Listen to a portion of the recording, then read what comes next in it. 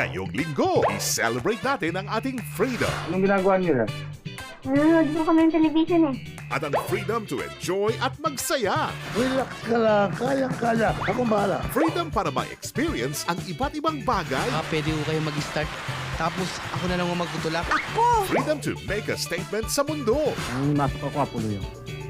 Sapagkat ang patakaran ninyo ay mali. Maling-mali! At syempre, freedom to choose love. Salamat sa flowers, ha? Ang gaganda.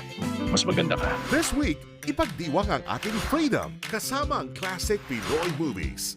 The Free to Free for daily TV habits. At laging naghahatid ng free happiness at entertainment. Kaya tara! All this is free para sa inyo dito sa Takilya Throwback.